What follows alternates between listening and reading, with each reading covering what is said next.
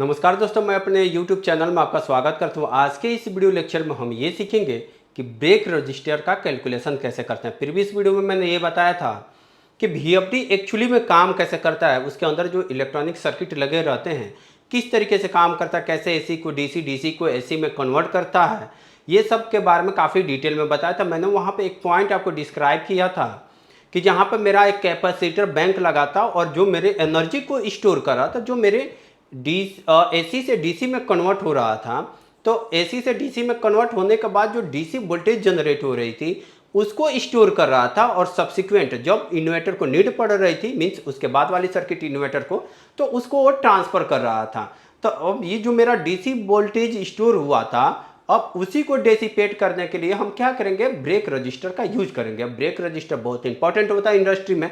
जब भी हम ड्राइव लगाते हैं तो ब्रेक रजिस्टर के लिए यूज करते हैं। जनरली देखिए, जो ब्रेक रजिस्टर होता है, अगर 5 HP की मोटर से अधिक, मीन्स 5 HP की मोटर से अधिक आपकी मोटर है की कैपेसिटी है, तो आप ब्रेक रजिस्टर का यूज कर सकते हो। हालांकि हाई स्पीड अगर फंक्शन आप यूज कर रहे हो तो वहाँ पे 1 HP के लिए भी ब्रेक रजिस्टर का यूज कर सकते हो। अब सबसे इंपॉर्टेंट पॉइंट ये है कि ब्रेक रजिस्टर की वैल्यू का हम कैलकुलेशन कैसे करें। मीन्स हमारे पास अगर 5 HP की ड्राइव है, 4 HP की ड्राइव है, 10 HP की ड्राइव है, 50 HP की ड्राइव है, तो हम इसके लिए ब्रेक रजिस्टर का कैलकुलेशन कैसे करें, ये बहुत इंपॉर्टेंट है। ये कि आपको पता चले कि हम इसके लिए अगर ब्रेक रजिस्टर का यूज कर रहे हैं तो उसकी वैल्यू क्या होनी चाहिए। यहाँ पे जैसे कि आप इस फिगर में देख रहे हैं, यहाँ पे प्लस और माइनस दिखाया गया है कि यहाँ पे आप ब्रेक रजिस्टर यूज कर सकते हैं। Break register, break unit optional है, आप चाहें तो इसको यूज कर सकते हैं। यूनिट और ब्रेक यूनिट का एक ब्रेक रजिस्टर का यूनिट होता है, आप इसके बगैर भी आप डायरेक्ट ब्रेक रजिस्टर आप यूज कर सकते हैं, ये ऑप्शनल है आपके पास। तो हम जो ब्रेक रजिस्टर यूज करेंगे ना, तो ब्रेक रजिस्टर की वैल्यू को कैसे निकालेंगे, ब्रेक रजिस्टर की वैल्यू कैसे निकालेंगे, और इसके अकॉर्डिंग मेरा जो रजिस्टेंस होगा कितने ओम का, हम यहाँ पे ब्रेक रजिस्टर यूज करेंगे। अच्छा, ब्रेक रजिस्टर हम लगाते ही क्यों हैं।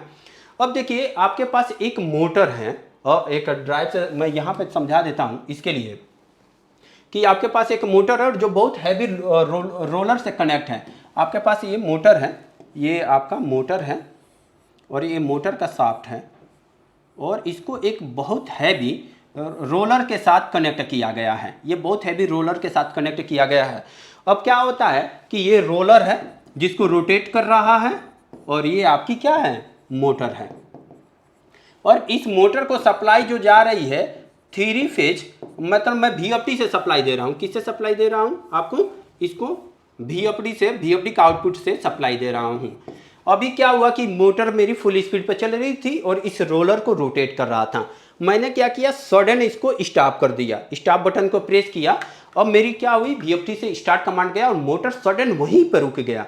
अब मोटर क्या हो रहा है ना, रोलर को घुमा नहीं पा रहा कि इसकी एनर्जी को डेसिपेट करे, तो मोटर इंस्टेंट उसी मोमेंट पर रुक गया।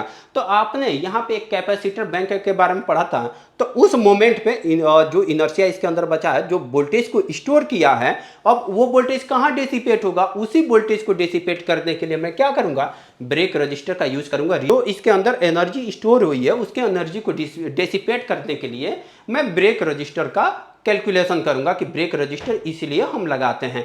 तो ये बहुत इंपॉर्टेंट पॉइंट है। अगर आपका सडन स्टॉप कर रहा है, हाई स्पीड में मोटर चल रही है, तुरंत स्टॉप कर दिया, तो जो VFD के अंदर वोल्टेज स्टोर है उसी को डिसिपेट करेंगे ब्रेकिंग रजिस्टेंस के थ्रू। अगर मैं इसको हटाऊं और मैं ये दिखाऊं कि पिछले लेक्चर में हमने इस वाले पॉइंट को देखेंगे कि मैं प्रीवियस वीडियो में ये बताया था कि जो मैं जब इसकी वर्किंग समझा रहा था कि AC से DC, DC से AC कन्वर्ट हो रहा था, तो ये जो मेरा कैपेसिटर बैंक है, ये वाला जो कैपेसिटर बैंक है मेरा, ये वाला कैपेसिटर बैंक, ये जो मेरे एनर्जी को स्टोर कर रहा था, ये मेरी कितनी एनर्जी स्टोर कर रहा था, ये मैं आपको कैलकुलेशन करके प्रीवियस वीडियो में ही दिखाया था कि ये मेरी एनर्जी को स्टोर करता है, कितनी एनर्जी को स्टोर करता है, ये मैं कैलकुलेशन यहाँ पे दिखाता हूँ, सो डैट वंस अगेन आप ये समझ पाएँ।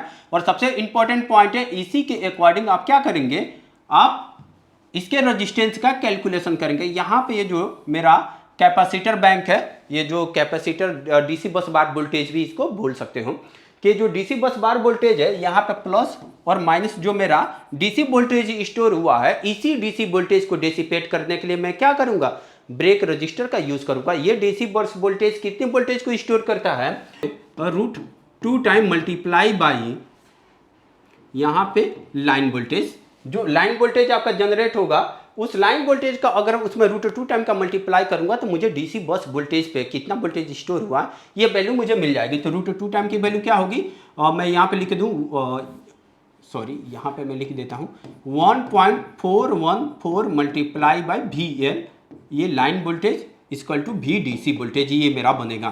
तो एक्चुअली यहाँ से क्या मुझे मिल गया, डीसी वोल्टेज, जो डीसी वोल्टेज जनरेट होगा। अब ब्रेक रजिस्टर में मैं दिखाया था कि वो प्लस और माइनस होता है, यानी वो डीसी वोल्टेज को क्या करेगा, डेसिपेट करेगा। अब इसका कैलकुलेशन कैसे करेंगे, मुझे ओवरऑल रेजिस्टेंस का कैलकुलेशन करना है। तो मैं ये फार्मूला जानता हूं कि डीसी पावर का कैलकुलेशन कैसे करते हैं, P equal to VI voltage into current, voltage और करंट का मल्टीप्लीकेशन क्या होता है, हमारे पास पावर होता है। तो अब देखो आप, अगर मैं इस पावर की इसकी बात करूं तो वोल्टेज मेरे को पता है, ये वोल्टेज कौन सा वोल्टेज है, ये वोल्टेज यही डीसी वोल्टेज है, ये वाली डीसी वोल्टेज। अब करंट है, करंट तो मुझे चाहिए नहीं, तो इसके लिए मैं क्या करता हूं, तो मेरे पास एक और फार्मूला का आइडिया है मुझे, मैं जानता हूं कि V इक्वल टू क्या होता है I इंटू R। ये क्यों, मैं देखिए ब्रेकिंग रेजिस्टेंस वाला की कैलकुलेशन कर रहा हूँ, डीसी पावर का कैलकुलेशन कर रहा हूँ, ईजी है क्योंकि मेरा जो डीसी वोल्टेज स्टोर हुआ इसी को डेसिपेट करता है, इसीलिए मैं डीसी का फार्मूला लगा रहा हूं। तो ठीक है, तो V इक्वल टू IR, मुझे तो करंट चाहिए नहीं क्योंकि मुझे रेजिस्टेंस की वैल्यू निकालना है। तो मैं इसको ऐसे कर सकता हूं क्या, V डिवाइड बाई, और sorry V divide by R equal I, मैं ये पॉइंट लिख सकता हूं ना, यहां से इस वाले फार्मूले से मैं क्या लिख सकता हूं, V equal to I into R। अब मुझे क्योंकि इस I को हटाना है, मुझे रेजिस्टेंस की वैल्यू चाहिए R के फॉर्म में, तो मैं क्या करूंगा, V डिवाइड बाई R कर दूंगा, यहां से मुझे I मिल जाएगा, ये मेरा इक्वेशन 1 होगा। अब इसी I की वैल्यू क्या मैं यहां पे पुट कर सकता हूं, यहां पे, तो मैं क्या लिखूंगा, P इक्वल टू V, और I के जगह पर मैं क्या लिख सकता हूं, multiply by V by R। अब इसको थोड़ा सा और सॉल्व करता हूं, तो P equal to V square by R। ठीक है, तो मुझे रेजिस्टेंस की वैल्यू चाहिए, तो मैं क्या लिखूंगा, R equal to V square by P, और ये मेरी जो वैल्यू बनेगी, ये वाला फार्मूला मैं यूज करूंगा ब्रेक रजिस्टर की वैल्यू का कैलकुलेशन करने के लिए। अगर मैं इसको साफ साफ कहीं लिखूं, यहाँ पे पॉइंट अगर लिखता हूं, तो मेरा जो ब्रेक रजिस्टर की वैल्यू होगी, यहाँ पे मैं लिख देता हूं ब्रेक रजिस्टर का वैल्यू का अगर कैलकुलेशन करना है तो मैं ब्रेक रजिस्टर को R से रिप्रेजेंट करता हूं, तो मैं लिखूंगा V स्क्वायर बाई, तो ये V क्या है, V DC है, V DC divide by P, ये मेरा क्या है, पावर है। पावर किस में मैं लूंगा, पावर में ये वाट में लूंगा, ये मेरा पावर किस में है, वाट में। अब नेक्स्ट पॉइंट ये होता है कि हम पावर का कैलकुलेशन कैसे करें, कि क्या पावर होनी चाहिए हमको, तो चलो वोल्टेज डीसी, ये वोल्टेज का कैलकुलेशन कर लूंगा, ये VDC मैं इस वाले फार्मूला से कैलकुलेशन करूंगा। बहुत इंपॉर्टेंट पॉइंट है, अगर आप ब्रेकिंग रेजिस्टेंस का कैलकुलेशन करना चाहते हैं तो डीसी वोल्टेज का कैलकुलेशन करना पड़ेगा। डीसी वोल्टेज क्या होगा, √2 time of line voltage. Line voltage आपको पता है कि अगर लाइन वोल्टेज 440 है, 440 में 1.414 का मल्टीप्लाई करेंगे तो डीसी वोल्टेज तो मिल जाएगा। यहाँ पे आपको डीसी वोल्टेज मिल जाएगा। पावर कैसे मिलेगा, तो पावर हमको ड्राइव पे मिल जाएगी। आप जो ड्राइव आप यूज करोगे ना, ये ड्राइव पे मिल जाएगी। इस ड्राइव पे साफ साफ मेंशन किया रहता है कि ये ड्राइव कितने HP की है और कितने किलोवाट में है। अगर ये मैं बोलूँ कि ये 5 HP की मेरे पास ड्राइव है, ये मेरी ड्राइव 5 HP की है, तो ये सेकंड साइड में इधर लिखा होता 3.7 किलोवाट। तो हर एक ड्राइव, अब देखिए मैं रेजिस्टेंस का कैलकुलेशन करूंगा ना, तो मोटर के हिसाब से नहीं करूंगा, मैं इस ड्राइव के अकॉर्डिंग करूंगा, क्योंकि मैं ब्रेक रजिस्टर इस ड्राइव की पावर जो एनर्जी स्टोर हुआ ना, उसकी एनर्जी को डेसिपेट करने के लिए मैं ब्रेक रजिस्टर का सिलेक्शन कर रहा हूँ। तो इस ड्राइव की जितनी कैपेसिटी है ना, उसी के अकॉर्डिंग मैं क्या करूँगा, ब्रेक रजिस्टर का कैलकुलेशन करूँगा। तो ये ड्राइव मेरी 5 HP की है। आपको तो इतना तो पता है कि हाँ, जो भी हम ड्राइव लेंगे वो उस पर लिखा रहता है साफ साफ कि ये 5 HP की ड्राइव है, 1 HP की ड्राइव है, 2 HP की ड्राइव है, 3 HP की ड्राइव है। तो सपोज ये 5 HP की ड्राइव है, तो 5 HP मतलब अगर 5 HP को आप किलोवाट में बदलेंगे तो 3.7 किलोवाट मिलेगा।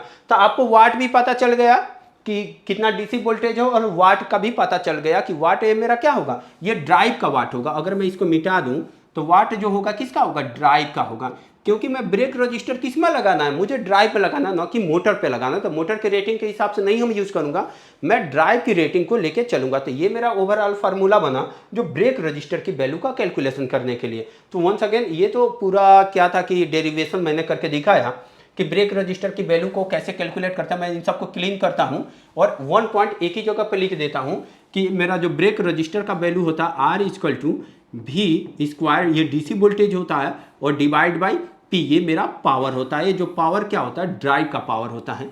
पी वाट में होना चाहिए, वाट में ले लो, अगर वाट में नहीं लोगे किलो वाट में ले लोगे तो जो आपका रजिस्टेंस निकलेगा ना वो किस में निकलेगा, वो वाट में ही निकलेगा, ठीक है।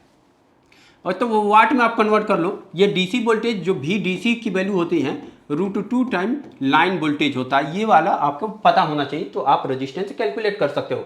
तो सपोज हम एक एग्जांपल के जरिए समझते हैं। एग्जांपल क्या है कि मेरे पास जो लाइन वोल्टेज आ रही है वो 440 वोल्ट इनपुट आ रही है, मुझे लाइन वोल्टेज 440 वोल्ट इनपुट आ रही है, और मेरे पास जो ड्राइव है ना 5 HP की ड्राइव है, 5 HP की ड्राइव है। अगर किलोवाट की मैं बात करूं तो 3.7 किलोवाट होगी। अगर मैं इसको वाट में कन्वर्ट करता हूं तो वाट में कन्वर्ट करके यहाँ पे लिख देता हूँ 3.7 किलोवाट है। अगर मैं इसको वाट में कन्वर्ट करता हूँ तो 3700 वाट में इसको लिख सकता हूँ।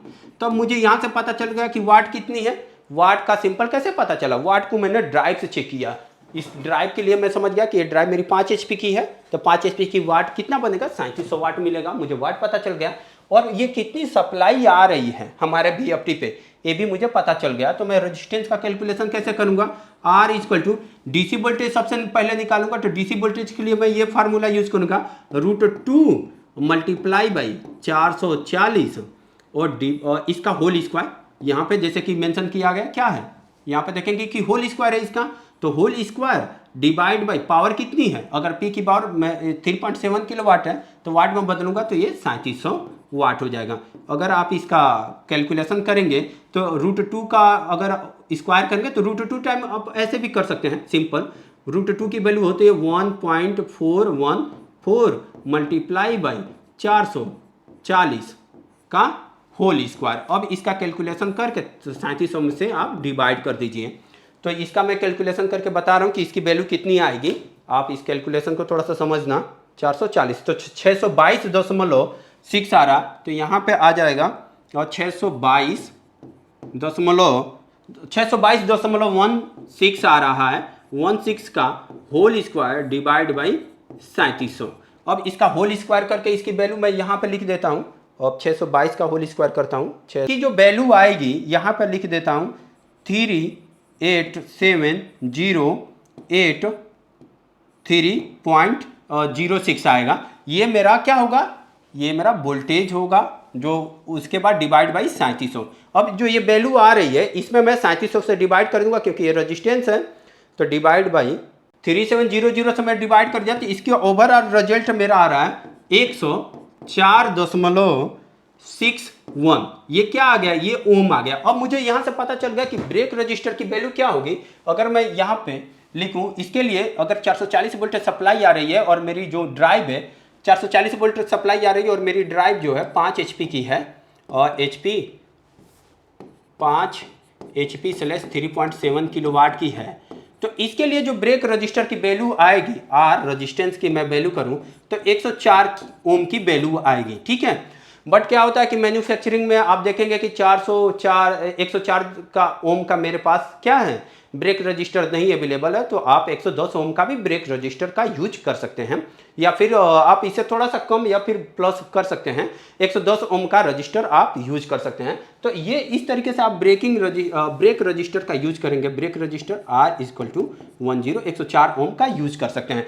तो जनरली ऐसे देखा गया कि जो ब्रेक रजिस्टर के लिए आप वैल्यू का सिलेक्शन करेंगे तो ये मिनिमम 50 ओम से लेके 200 ओम तक का हम ब्रेक रजिस्टर की वैल्यू का मीन्स का सिलेक्शन कर सकते हैं। अगर वाट में बात करेंगे तो 100 वाट ले सकते हैं या फिर 200 वाट का आप मीन्स इतना पावर को कंज्यूम कर सके ऐसा आप ब्रेक रजिस्टर का सिलेक्शन करेंगे। तो मिनिमम क्या होता है 50 ओम से लेके 200 ओम तक का आप ब्रेक रजिस्टर का कैलकुलेशन कर सकते हैं। अभी देखिए मैंने जो ये कैलकुलेशन किया, अगर मेरा सप्लाई वोल्टेज 440 वोल्ट आ रहा है 5 HP के लिए, ये ओम की वैल्यू मीन्स 104 ओम का रजिस्टेंस बता रहा है कि इतना ओम का ब्रेक रजिस्टेंस आप कैलकुलेट कर लगा सकते हो। ये आइडियली कैलकुलेशन है, बट इतने रेंज का आपका पास अवेलेबल नहीं है, तो थोड़ा सा आप इससे प्लस या फिर थोड़ी सी माइनस करके आप लगा सकते हैं इतना।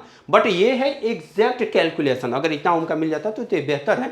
तो मैं आपसे ये रिक्वेस्ट करूंगा कि आप इस कैलकुलेशन को पूरे को अच्छे से समझे, सो डैट जब भी ब्रेक रजिस्टर कैलकुलेशन की बात आएगी तो आप ब्रेक रजिस्टेंस का कैलकुलेशन कर सकते हैं। अगर मैं दिखाऊं कि ब्रेक रजिस्टर को कहाँ लगा रहे थे आप, यहाँ पे इस वाले सेक्शन पर ब्रेक रजिस्टर का यूज कर रहे थे, तो आप ब्रेक रजिस्टर का पता चल गया होगा कि ब्रेक रजिस्टर का कैलकुलेशन कैसे करेंगे। हम नेक्स्ट वीडियो में ये समझेंगे कि हमारे पास जो ड्राइव है उसकी पावर की वायरिंग कैसे करेंगे और उसकी नेमिंग टर्मिनल के बारे में बात करेंगे। उम्मीद करता हूँ इस वीडियो से आपने बहुत कुछ सीखा होगा, रजिस्टेंस का कैसे कैसे कैलकुलेशन करते हैं। अगर आपने प्रीवियस वीडियो नहीं देखा है तो मैं रिक्वेस्ट करूंगा प्रीवियस वीडियो देखिए, so that each and every point समझ पाएं। और नेक्स्ट वीडियो जरूर देखते रहिए, सो डैट आप एक VFD में एक्सपर्ट प्रोग्रामर बन पाए। तब तक मिलते हैं नेक्स्ट वीडियो में, तब तक के लिए नमस्कार दोस्तों।